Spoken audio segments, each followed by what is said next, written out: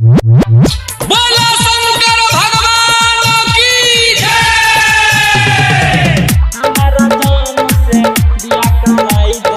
सौर्य राज recording studio DJ Kanchan Raj Muzaffarpur.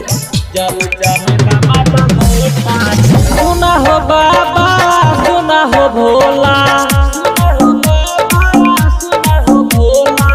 सुना हो बाबा सुना हो भोला, सेवक अइला अखिया खोला, पूजा कराई छिया छोटा से, हमारा जान से बिया कराई दे, जल चढ़े बाबा बलोटा से हो, हमारा जान से बिया कराई दे, जल चढ़े बाबा बलोटा से।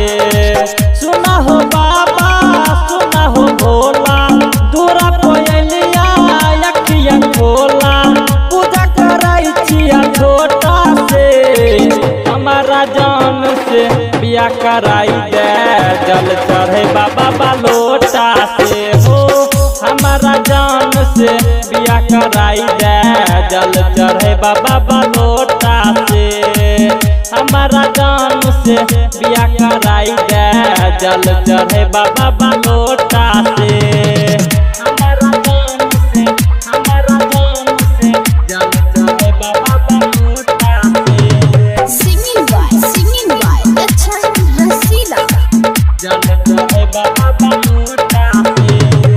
पहला सोमवार के जलवा चढ़ैबा, आई के हर साल हो, आई के हर साल हो, तोरे से कहै छिया हो बाबा, अपन दिल के हाल हो, अपन दिल के हाल हो, कर कोनो सुनाऊ पैया, कर कोनो सुनाऊ पैया, कृपा करा अपना छोटा से, हमारा जान से बिया कराई दे, जल चढ़े बाबा बलोटा से हो, हमारा जान से बिया कराई दे, जल चढ़े बाबा बलोटा से, हमारा जान से बिया कराई दे, जल चढ़े बाबा बलोटा से, हमारा जान से जल चढ़े बाबा बलोटा से। डीजे कंचन राज मुजफ्फरपुर। डीजे कंचन राज मुजफ्फरपुर।